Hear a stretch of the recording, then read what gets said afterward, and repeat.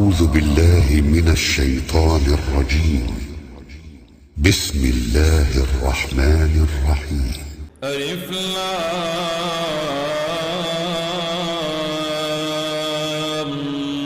ميم.